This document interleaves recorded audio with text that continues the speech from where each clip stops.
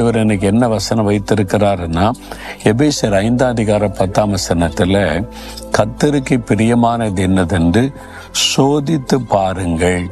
நமக்கு பிரியமான காரியத்தில் ஆண்டவர்கிட்ட கேட்போம். நம்ம எதை விரும்புகிறோமோ அதை ஆண்டவர் செய்யணும்னு சொல்லி.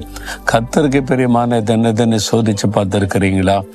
ஆண்டவரே, உமக்கு பிரியமானதை செய்ய எனக்கு போதியும் அப்படின்னு ஒரு பக்தன் ஜெபித்த ஜெபம் எழுதப்பட்டிருக்கிறாரு. நான் அடிக்கடி அதை வைத்து ஜெபம் பண்ணுவேன். உமக்கு பிரியமானதை செய்ய எனக்கு போதியும், உமக்கு பிரியமானதை எனக்கு வெளிப்படுத்தி காண்பியும். ஆண்டவருக்கு என்ன பிரியம்? பைபிளில் நிறைய எழுதப்பட்டிருக்கிறது.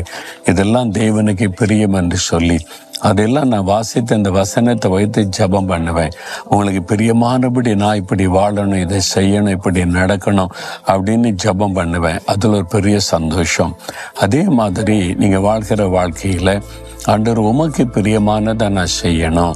என்னுடைய குடும்பத்தில், வேலையில், பிஸ்னஸில், ஊழியத்தில் என் இஷ்டப்படி நான் விரும்புகிறதெல்லாம் செய்யக்கூடாது, நீங்கள் விரும்புகிறதை செய்யணும்னு கேளுங்க. அதுதான் உண்மையான கிறிஸ்தவ வாழ்க்கை. இயேசுவை பின்பற்றுகிற ஒரு வாழ்க்கை, இயேசுவை சீஷர்களாக அவரை பின் சென்று நடக்கிற ஒரு வாழ்க்கை. உங்களுடைய வாழ்க்கையில் இன்றைக்கு கேளுங்க, ஆண்டவரை உமக்கு பிரியமானதை செய்ய நான் விரும்புகிறேன், அதை குறித்து எனக்கு சொல்லுங்க, அதை செய்வதற்கு உதவி செய்யுங்க, உமக்கு பிரியமில்லாத ஒன்று எனக்கு வேண்டாம் அப்படி ஜெபம் பண்ணுங்க.